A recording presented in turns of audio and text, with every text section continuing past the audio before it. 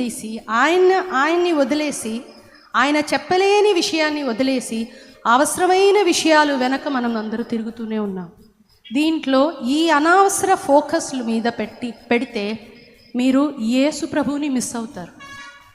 నాకు ఇంతకుముందు అంటే వేరే జనాలు అంటే క్రైస్తవులు అంటే ఒక ఇష్టం, వేరే మతం నుంచి వచ్చే వాళ్ళంటే నాకు ఒక భయం వాళ్ళతో మాట్లాడడానికి. వాళ్ళని అంత ఆత్మపూర్తిగా నేను స్నేహించడానికి, ప్రేమించడానికి కూడా భయపడ్డాను. కానీ నిజం ఏంటంటే true love gives all the strength. యేసు ఎప్పుడు మీరు సమారిటన్ లేకపోతే మీరు యూద కులం వాళ్ళు, మీరు నాన్ జ్యూ అని ఎప్పుడు ఆ ఒక పార్షియాలిటీ కానీ ఆ ఒక భేదం దేవుడి దగ్గర ఎప్పుడు లేదు. మీలో ఉన్న ఆత్మకి కలర్ చెప్పగలుగుతారా? మనలో ఉన్న ఆత్మకి అది ఏ ఫామ్లో ఉంది, సాలిడా, లిక్విడా, గ్యాసా, లేకపోతే తెల్లగా ఉంటుందా, నల్లగా ఉంటుందా, ఏమీ లేదు. ఆ ఒక ఆత్మలాగా అన్నమాట దేవుని ఆ ప్రేమ. సో ఇప్పుడు వచ్చి నేను పాడాను.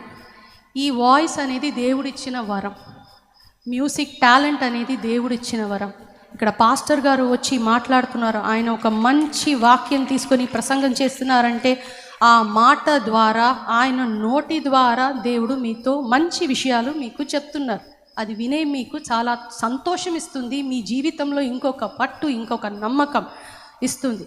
కానీ ఈ శరీరం వల్ల ఉన్న ఒక డిఫరెన్స్ వల్ల చాలా మంచి వాళ్ళని కూడా, నిజంగా భక్తితో వచ్చి నీ ముందు నిలబడే వాళ్ళని కూడా ఈ లోకం తప్పుగా అర్థం చేసుకుంటుంది. అది దయచేసి ఎప్పుడు చేయకండి. క్రైస్తవులు అంటే అందరినీ ఎంబ్రేస్ చేసేవాళ్ళు, మనుషులంటే అందరినీ ఎంబ్రేస్ చేశారు. యేసు ఎలా ఉన్నారో అలా మనం ఉండాలనేది ఆయన కోరిక.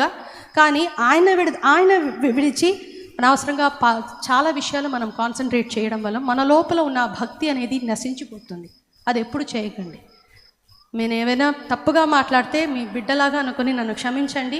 ఇది నా మనసు నుంచి చెప్పాలని ఒక కోరిక, అందుకే చెప్పాను అన్నయ్య.